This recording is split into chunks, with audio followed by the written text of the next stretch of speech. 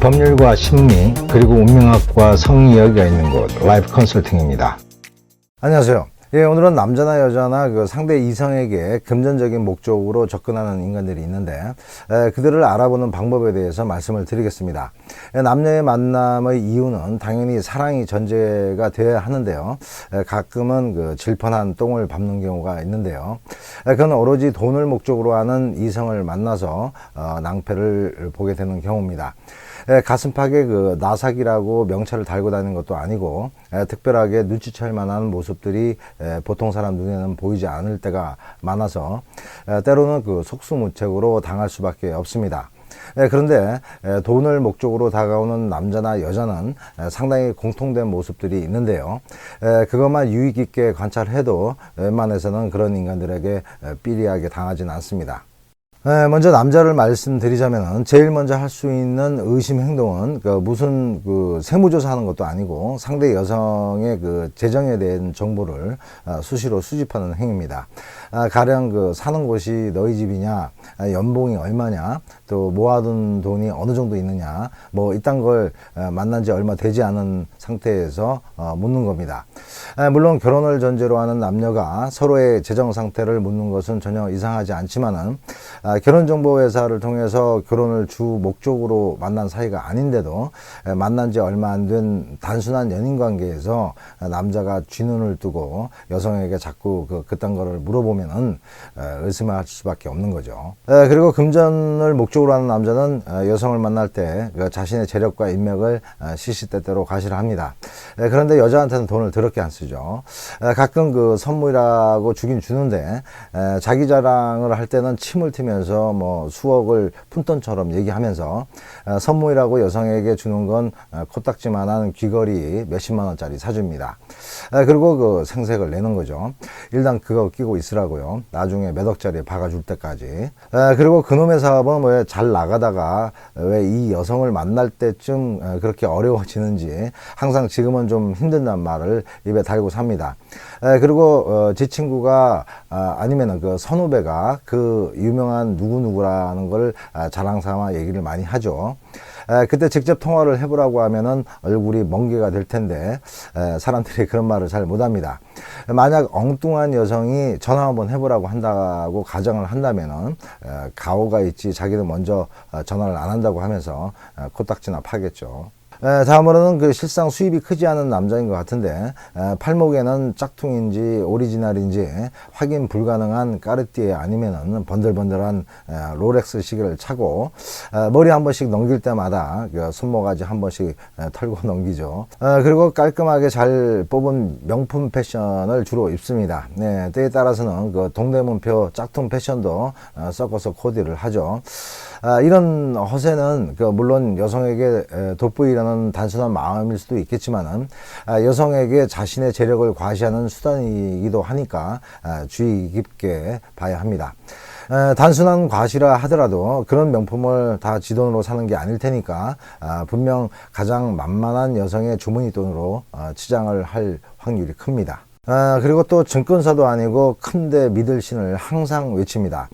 사람은 뭐니 해도 신용이 생명이고 자신은 약속을 어기는 놈들은 거의 저주한다는 식으로 자신의 확고한 신용제일주의 원칙을 여성에게 각인을 시키죠. 알고 보면은 동네 미장원 아줌마한테 몇 달 전 열파마 한 값 미수 3만 원도 아직 안 준 놈이 말이죠. 그리고 또 이런 말을 합니다. 자신의 소유의 토지나 부동산이 있는데 이런저런 이유로 타인의 명의로 해놓은 게 있다던가 아니면 주식이나 비트코인에 수억 원이 물려 있다는 그런 식의 개뻥을 칩니다. 그리고 지가 뭐 동네 은행도 아니고 빌려준 돈이 왜 그렇게 많은지 항상 누구한테 얼마 이렇게 해서 수억 원이 묶여 있다는 말을 자주 합니다. 그리고 대부분 직업이 뚜렷하지 않지만은 명함은 참 거창합니다. 내가 무슨 개발 또 아니면 무슨 기획 대표 아니면은 이사급은 되죠. 실상 알아보면은 공동 전화발이 하나 둔 소우 사무실에 사용료 10만 원짜리 페이퍼 컴퍼니일 경우가 많습니다. 그리고 실제 자영업을 하거나 괜찮은 직업이 있기도 합니다만은 그 직책이 사실이 아닌 경우가 있습니다. 다음으로는 여자들인데요. 대놓고 꽃뱀이 아니라 남자를 만나는 목적이 오로지 돈인 경우에 여성들의 공통점이 있습니다. 이 여성들은 뭘 그리 바라는 것이 그렇게 많은지 과장을 좀 해서 손 한 번 잡을 때마다 대가를 바랍니다. 그러니까 남자만 보면은 이거 사달라 저거 사달라, 옆에 있는 남자는 쳐다보지도 않고요, 지 살 것만 거북이목을 해가지고 물건만 쳐다보는 거죠. 일단 선물을 과하게 요구하는 여성들은 그 남자를 사랑하는 게 아닙니다. 조건부 만남이나 다를 게 없는 거죠. 나를 만나려면 계속 차에 휘발유를 넣듯이 앵꼬되기 전에 밀어 넣으라는 겁니다. 이런 여성은 이런 이유 저런 이유 대해서 급기야는 돈까지 요구하게 되는 겁니다. 그리고 사치스러운 여성들입니다. 누가 봐도 명품으로 정수리에서 발가락까지 군데군데 치장을 해가지고 다니고요. 말하는 것도 그렇지만은 행동하는 것도 아주 지밖에 모릅니다. 여성이 남성에게 돈을 받아내는 방법은 측은지심을 유도하는 방법과 줄 듯 안 줄 듯 하는 방법이 크게 두 가지가 있는데, 측은지심 방법은 왠지 정이 가는 행동을 하고 때로는 어떤 일로 아주 안 돼 보이는 모습을 하고 앉아 있으면은 마음 약한 남자가 지갑을 안 열 수가 없는 거죠. 그리고 줄 듯 안 줄 듯 하는 방법을 쓰는 여성들은 아주 도도하다가도 어떤 날은 옆에 거머리처럼 탈싹 붙어서 애교를 부리고 또 쓸개 빠진 것처럼 해벌레 웃죠. 그리고 남자 원하는 것을 맛배기로만 해줍니다.